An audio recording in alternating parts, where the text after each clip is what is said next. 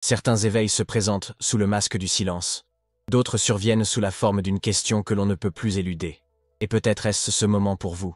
Et si je vous disais que la serrure n'a jamais été à l'extérieur, que les portes que vous vous êtes échiné à ouvrir à force d'efforts, d'affirmations et d'épuisement n'ont jamais été fermées par la vie, par Dieu ou par un quelconque obstacle invisible.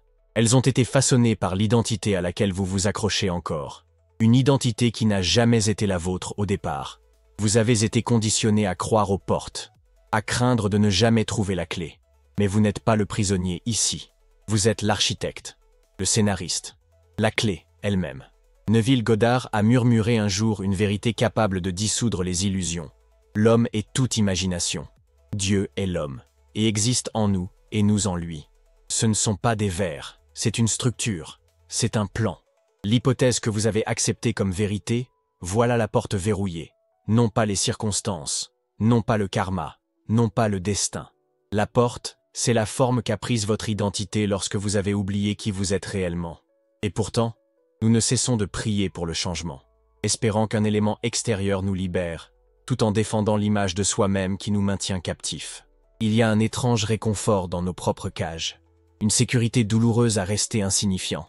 Ce n'est pas l'échec que nous craignons le plus, mais la liberté.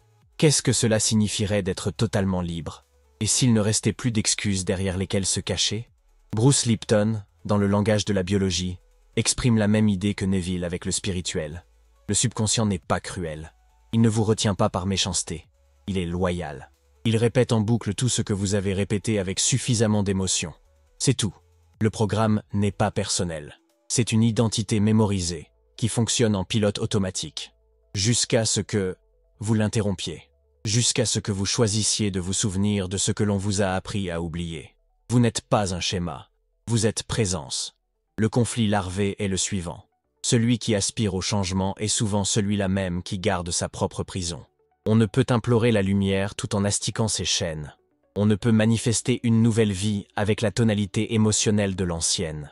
Vous dites vouloir l'abondance, mais vibrez-vous encore au rythme du manque? Vous dites vouloir l'amour, mais vous réveillez-vous toujours en vous attendant au rejet? Imaginez un oiseau, né et ayant grandi dans une cage. Un jour, la porte s'ouvre, mais le ciel l'effraie. Pourquoi? Parce que la liberté n'a pas de mur. Parce que personne ne lui a appris à quoi servir ses ailes. C'est ce que votre conception de vous-même a fait. Ce n'est pas le monde qui vous retient, mais le moi auquel vous êtes devenu accro. Et maintenant, cette version de vous s'effrite. C'est pour cela que vous êtes ici. C'est pour cela que vous ressentez cette friction, ce doute, cette étrange attraction entre qui vous étiez et qui vous êtes en train de devenir. Vous n'avez pas besoin de vous échapper de quoi que ce soit. Vous avez seulement besoin de cesser de renforcer l'illusion que vous êtes enfermé. Vous avez détenu la clé tout ce temps. Vous avez juste oublié que c'était votre main sur la serrure.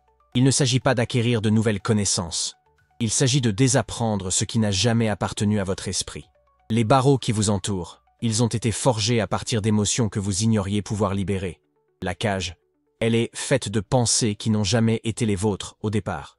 Alors commençons, non pas par l'effort, non pas par les réponses, mais par la volonté sacrée de ressentir que c'est déjà accompli, que votre liberté n'a jamais été perdue, seulement oubliée. Souvenons-nous maintenant, ensemble. La clé n'avait jamais disparu. Elle avait simplement été oubliée. C'est étrange, n'est-ce pas? Cette façon que nous avons de passer des années à chercher ce qui n'a jamais été perdu. Cette soif de découverte capitale, de miracles, de signes de l'univers, alors que la vérité repose paisiblement en nous, intacte face à tout ce vacarme. Croire que seuls quelques élus naissent avec le don de la manifestation, que certaines personnes sont naturellement magnétiques, spirituellement choisies, divinement favorisées, n'est pas qu'une simple limitation. C'est un mensonge, une transe collective. Et il est grand temps que vous vous en extirpiez. Tout le monde manifeste, tout le temps. La différence ne réside pas dans le fait de manifester ou non, mais plutôt dans la conscience avec laquelle on le fait. Les personnes qui semblent obtenir tout ce qu'elles veulent ne sont pas spéciales. Elles ne sont pas meilleures. Elles se souviennent simplement de quelque chose que vous avez oublié. Leur état intérieur est la cause, et non la conséquence, de leur monde extérieur. Vous manifestez depuis le jour de votre naissance. La question n'est pas « puis-je manifester ?» mais « qu'ai-je créé inconsciemment à partir du scénario de qui je pense être ?» L'attente est une forme de présupposition, et la présupposition est la substance créatrice de votre vie. Remémorez-vous, vraiment, Un moment où vous étiez absolument certain de quelque chose. Vous n'avez pas tergiversé. Vous n'avez pas visualisé à l'infini. Vous le saviez, tout simplement.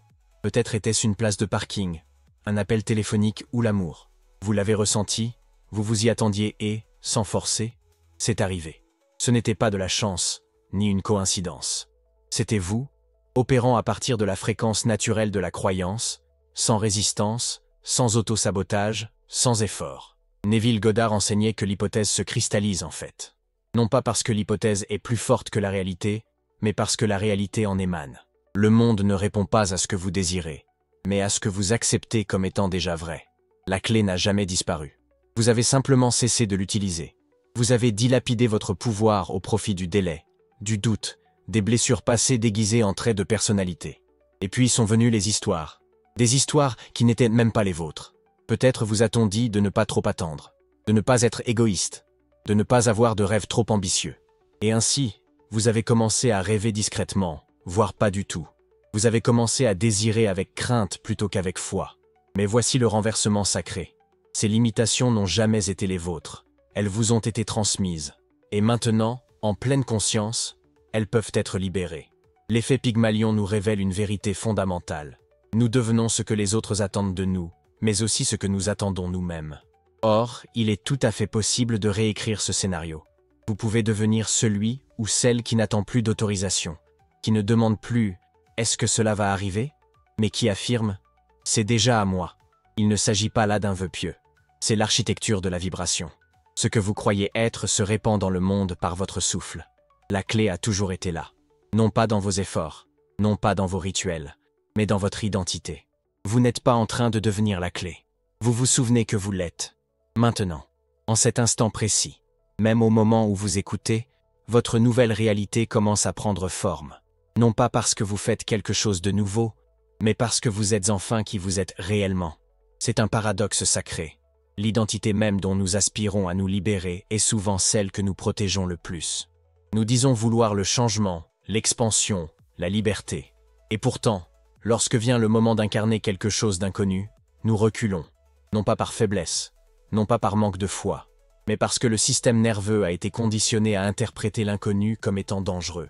Même si cet inconnu c'est la joie, même si c'est tout ce que nous avons imploré, il y a un réconfort insidieux dans la douleur familière.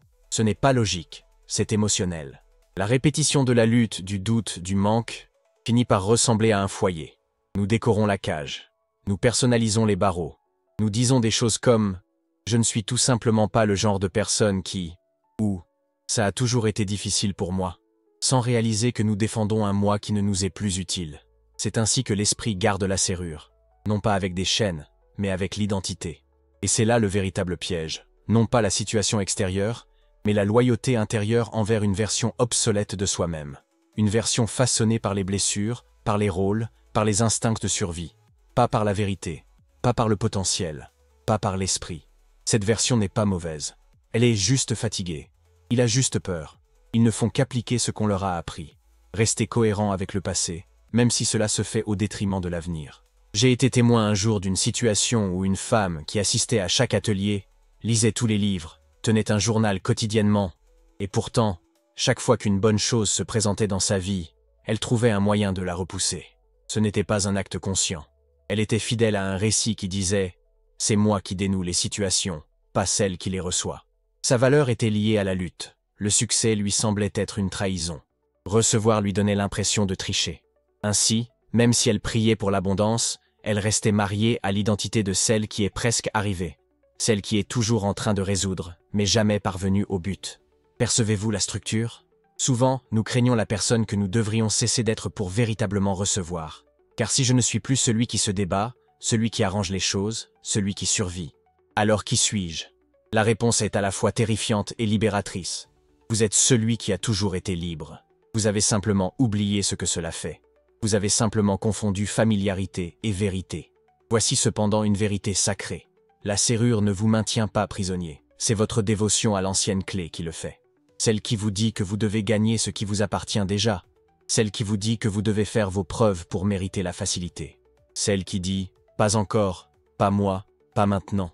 Et cette clé ne correspond plus. Parce que la porte pour laquelle elle a été conçue n'existe plus. Quand on cesse de défendre l'identité qui nous maintient dans un état de petitesse, un phénomène extraordinaire se produit. Nul besoin de forcer le changement. On devient le changement. La porte se désintègre, la serrure s'évanouit. Et l'on se souvient, la liberté que l'on craignait n'a jamais représenté une menace. Elle a toujours été un retour aux sources. Avant de poursuivre, marquons une pause d'un bref instant. Si quelque chose en vous est déjà en train de bouger, si une partie tranquille de vous se sent vue, nommée, peut-être même libérée, alors quelque chose vous attend dans le commentaire épinglé. Ce n'est pas une réponse mais une continuation, un miroir, une clé que vous ne saviez pas avoir laissée derrière vous. Vous sentez-vous interpellé? Ce n'est pas un hasard. Consultez le commentaire épinglé et découvrez ce qui est déjà en train de se dérouler. Il arrive, dans chaque transformation, un moment où le besoin d'avoir raison devient plus pesant que le désir d'être libre. Et ce moment est crucial, car l'ego ne se bat pas pour la vérité, mais pour ce qui lui est familier. Il vous persuadera que vous savez déjà tout, que vous avez déjà entendu cela, qu'il n'y a rien de nouveau à voir, plus rien à transformer. Mais savoir n'est pas la même chose que devenir. L'information n'est pas la transformation, et la conscience sans incarnation n'est qu'une porte de plus verrouillée. L'idée que vous avez déjà tout compris, que vous avez fait le travail, levé les blocages, maîtrisé les lois, peut être l'illusion la plus séduisante qui soit, parce qu'elle offre le contrôle. Mais la liberté n'est pas une question de contrôle. Il s'agit plutôt de renoncement. Et le renoncement vous demande d'arrêter de prouver qui vous êtes, et de vivre plutôt qui vous êtes réellement. Neville Goddard nous rappelle que ce n'est pas la vérité que vous avez étudiée, citée ou comprise qui vous libère, mais celle que vous avez ressentie. Celle qui dissout toute polémique. Celle qui pénètre vos cellules. Celle qui n'a pas besoin d'être défendue, car elle est, tout simplement.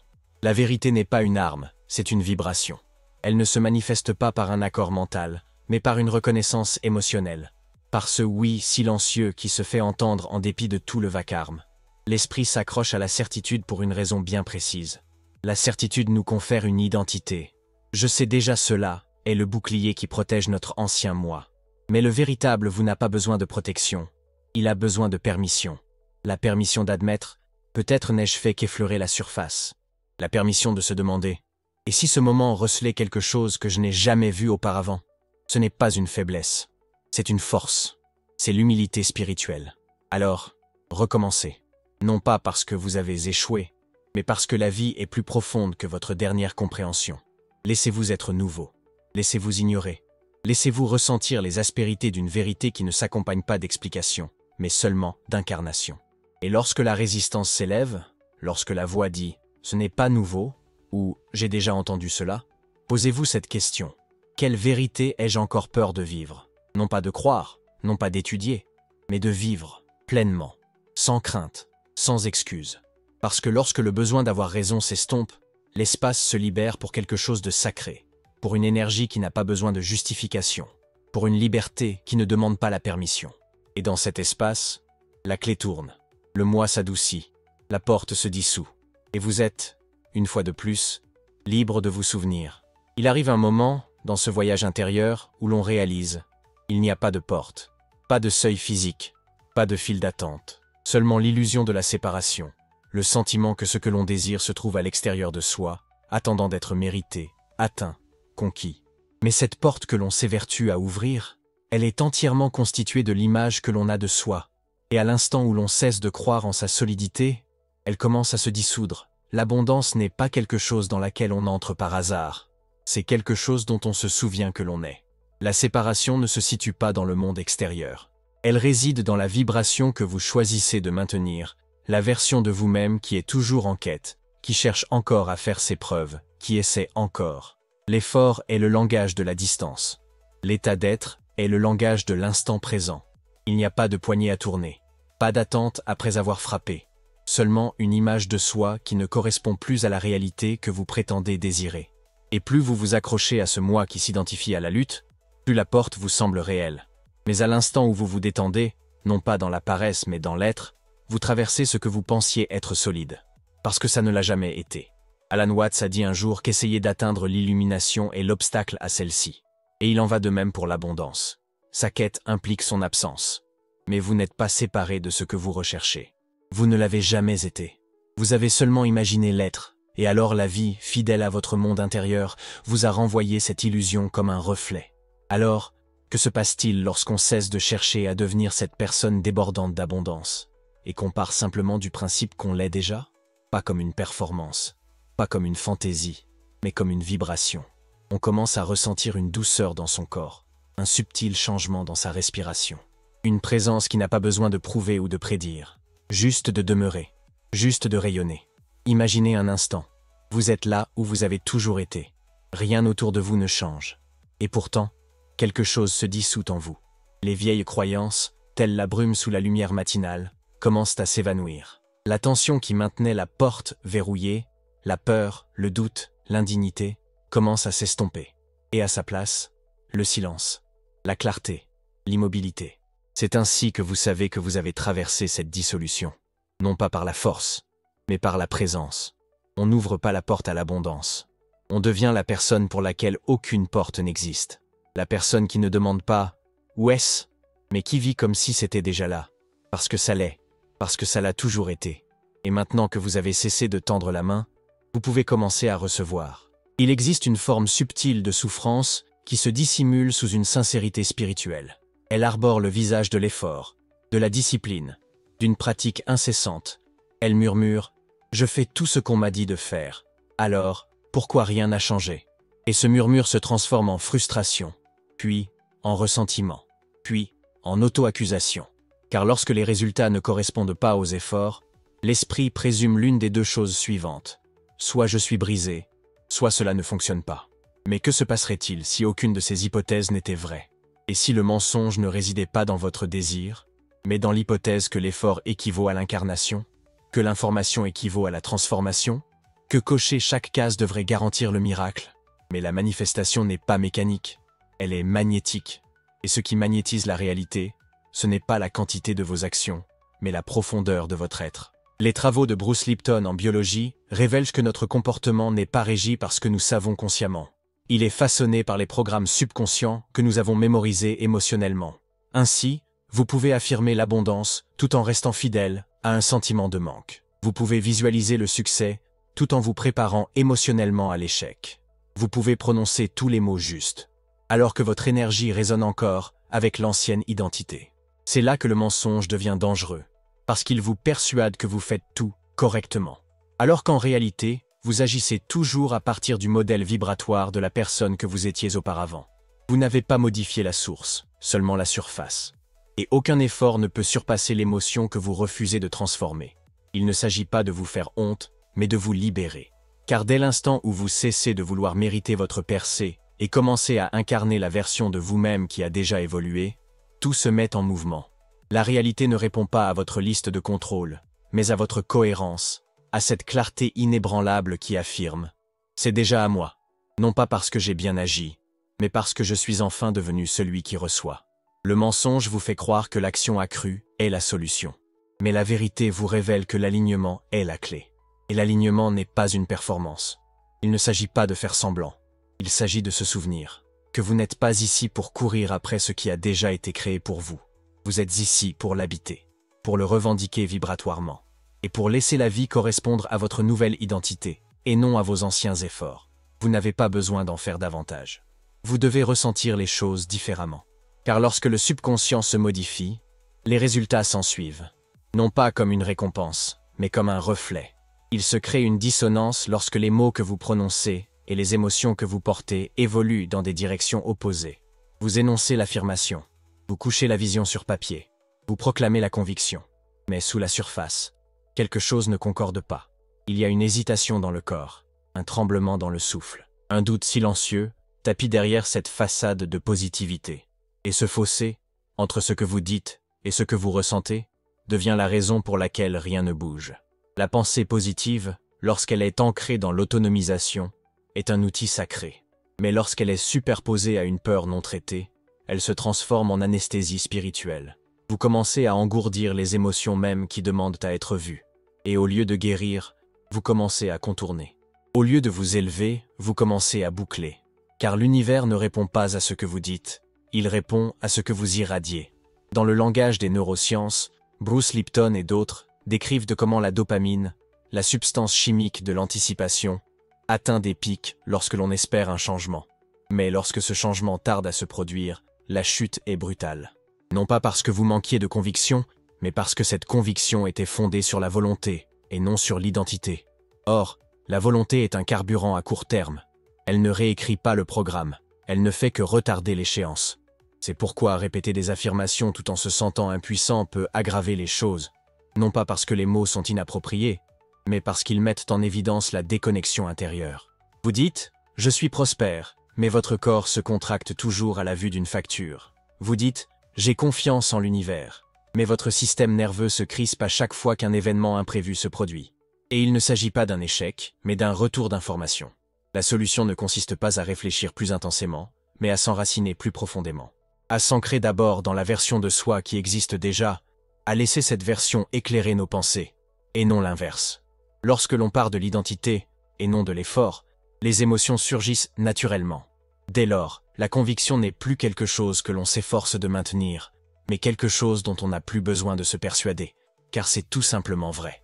Alors, commencez par le sentiment, non pas celui de la perfection, mais celui de l'alignement. Débutez en remarquant « Quelle tonalité émotionnelle est-ce que j'apporte à cet instant ? Est-ce de la peur déguisée en contrôle ? Ou est-ce de la présence, calme et inébranlable ? Laissez votre identité mener la danse. Laissez votre système nerveux se sentir en sécurité dans la réalité que vous affirmez désirer. Et alors, seulement alors, laissez vos pensées s'exprimer à partir de cet endroit. Les mots que vous prononcez en étant alignés ont un pouvoir intrinsèque. Non pas parce qu'ils sont positifs en soi, mais parce qu'ils sont fondamentalement vrais. Il se produit un bouleversement sacré lorsqu'on n'éprouve plus le besoin d'expliquer sa douleur. Non pas parce qu'elle n'était pas réelle, ni parce qu'elle ne vous a pas façonné, mais parce que vous avez dépassé la nécessité d'en faire votre identité. C'est à ce moment précis que la transformation devient inéluctable. Non pas parce que quelque chose d'extérieur change, mais parce que votre allégeance à l'ancien moi commence à se dissoudre. Nous ne vivons pas seulement nos vies, nous vivons nos explications, les récits que nous répétons, les raisons que nous invoquons, les identités que nous défendons. Je suis ainsi à cause de mon enfance. C'est difficile pour moi parce que j'ai toujours lutté. Je ne sais tout simplement pas comment rester cohérent. Ces phrases ne se contentent pas de décrire une réalité, elles la pérennisent. Chaque répétition devient un renforcement. Chaque justification se mue en architecture. Et pourtant, à l'instant où vous cessez de ressasser ces récits, à l'instant où ils ne vous apparaissent plus comme une protection mais comme une prison, quelque chose s'ouvre en vous. Un espace, un silence, une question. Qui suis-je sans cette histoire ?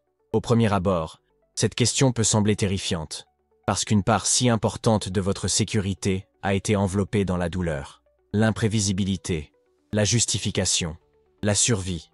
Mais une fois que vous reconnaissez que l'histoire n'est pas votre essence, qu'elle n'a jamais été qu'une réaction, vous gagnez le pouvoir de choisir à nouveau, de déclarer une nouvelle définition de soi. Une définition qui n'a pas besoin du traumatisme comme d'un laissez-passer. Une définition qui n'exige pas la lutte pour se sentir digne. Saisissez ces tournures que vous employez par automatisme, celles qui semblent anodines, celles dont vous plaisantez, celles que vous utilisez lorsque vous êtes fatigué, frustré, lorsque vous vous sentez invisible. Et demandez-vous, est-ce ainsi que la version future de moi-même s'exprime ? Est-ce la vibration de celui ou celle qui vit déjà la vie que je ne cesse de visualiser ? Alors, opérez un glissement, en douceur, non pas avec force, mais avec lucidité. Remplacez « je ne suis pas constant » par « je me stabilise et me concentre ». Remplacez « je ne réussis jamais » par « j'apprends à faire confiance à mon propre rythme ». Remplacez « je gâche toujours tout » par « je suis en phase avec ma prochaine étape d'épanouissement ». Il ne s'agit pas ici de se mentir à soi-même, mais plutôt de refuser de continuer à le faire, car la vieille identité trouvera toujours des justifications, tandis que la nouvelle résonne. L'ancienne identité argumente, la nouvelle, elle, sait. Quand la nécessité de justifier qui vous êtes s'estompe, vous cessez d'attendre des preuves, vous les incarnez. Et dans cette incarnation, le monde se transforme, non pas parce qu'il change, mais parce que vous changez. Silencieusement, complètement, de l'intérieur vers l'extérieur. Votre esprit est la serrure, mais votre humeur est la clé. Il existe une forme d'épuisement qui ne découle pas de l'action, mais de la rumination excessive, de la tentative d'atteindre un alignement par l'analyse, de la répétition mentale de chaque scénario, de la remise en question de chaque signe, du doute face à chaque changement.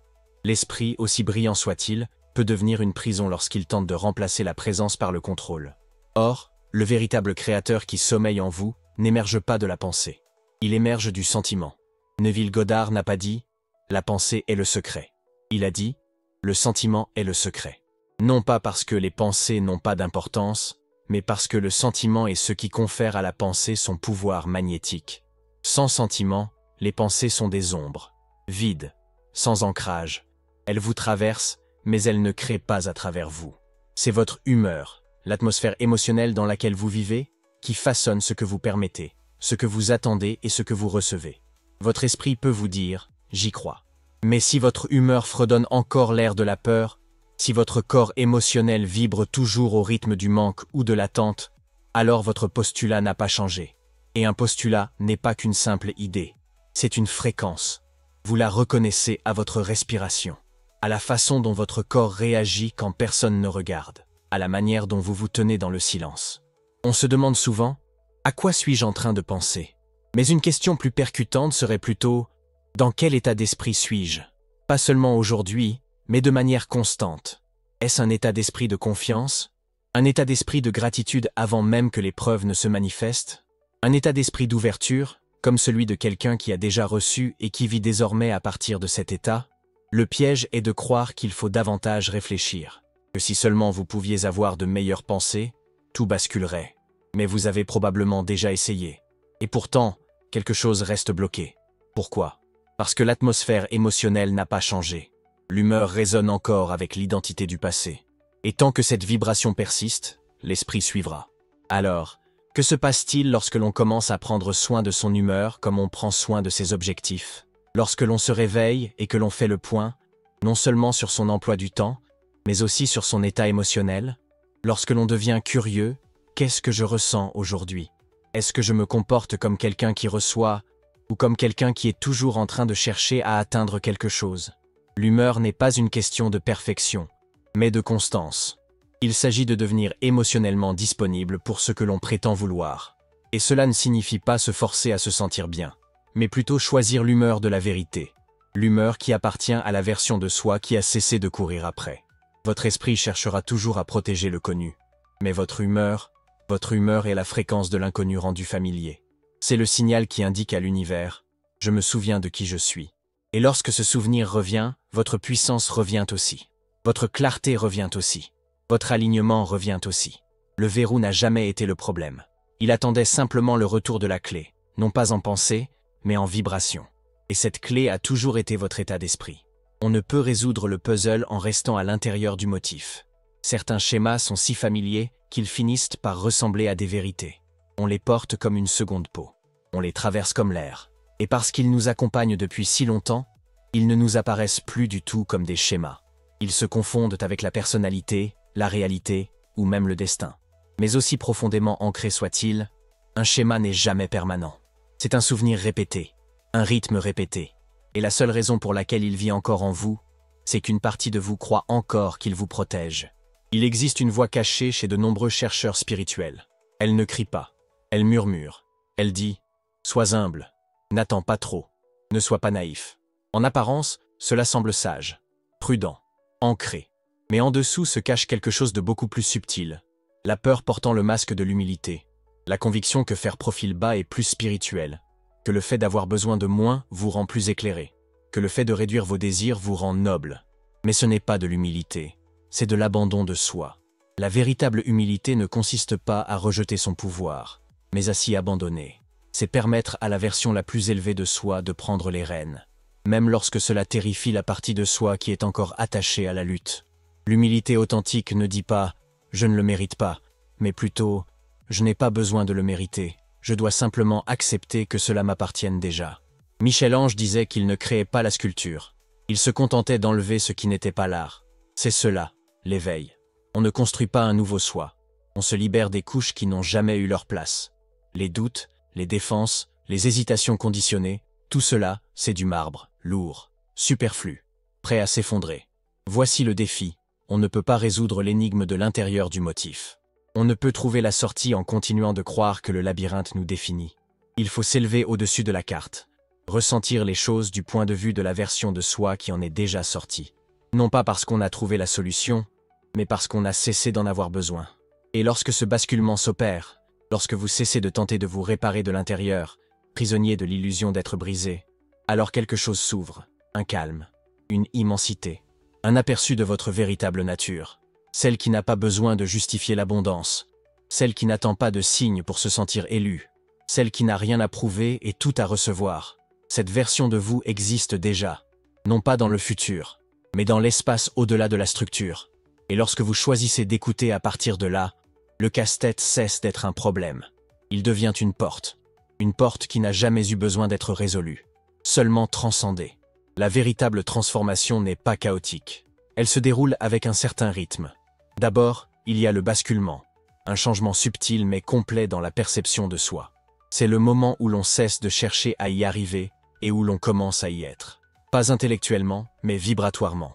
On assume une nouvelle identité, non pas comme une stratégie, mais comme une vérité. Vient ensuite la stabilisation, l'ancrage émotionnel, l'incarnation quotidienne. Car les nouveaux états ne sont pas maintenus par des élans de conviction, mais nourris par la constance. Vous laissez la nouvelle version de vous-même devenir la norme. Non pas excitante, non pas nouvelle. Juste réelle. Juste vous. Et enfin, l'abandon. Non pas renoncer, mais plutôt s'abandonner au déroulement. Ne plus s'accrocher. Ne plus chercher à prouver. On lâche prise sur le besoin d'interférer et on laisse le schéma invisible modeler notre monde visible. Il ne s'agit pas de passivité, mais d'une réceptivité profonde. Le chant ne répond pas à l'effort, il répond à la cohérence. J'ai vu quelqu'un se transformer, se stabiliser et lâcher prise. Et ce qu'il avait poursuivi pendant des années est apparu sans effort. Non pas comme une récompense, mais comme un reflet. Parce que lorsque l'identité se métamorphose, la réalité suit. Il n'est pas nécessaire de forcer. Il suffit de s'aligner, changer, stabiliser, s'abandonner. Ce n'est pas une formule à mémoriser, mais un flux à incarner. Vous étiez la clé depuis le début. Vous n'attendiez jamais que la porte s'ouvre. Vous attendiez de vous souvenir qu'elle n'avait jamais été verrouillée. La supposition que vous entreteniez, la version de vous-même à laquelle vous croyiez, était la seule barrière. Non le destin, non le moment opportun, juste l'identité. Neville Goddard l'a dit sans embâge. Modifiez votre conception de vous-même et vous modifierez automatiquement le monde dans lequel vous vivez. Ce n'est pas une théorie, c'est un mode d'emploi. Car votre monde ne réagit pas à l'effort. Il reflète votre identité. Bruce Lipton fait écho à cela en biologie. Modifiez le subconscient et vous modifierez la chimie de votre vie. De nouvelles perceptions ne se contentent pas de modifier la pensée. Elles transforment la réalité. Vous avez détenu la clé tout ce temps. Pas dans vos mains, dans votre supposition. Dans la manière dont vous avez silencieusement répondu à la question « Qui suis-je » Et maintenant, vous voilà averti. Le code n'a jamais été perdu. La porte n'a jamais été scellée. C'est vous qui aviez le pouvoir de la faire tourner. Et maintenant, vous l'avez fait. Non pas par la force, mais par le souvenir. Et si quelque chose en vous vous laisse penser que ce n'est que le prélude à une compréhension plus profonde, consultez le commentaire épinglé. Ce n'est pas un hasard s'il vous y attend.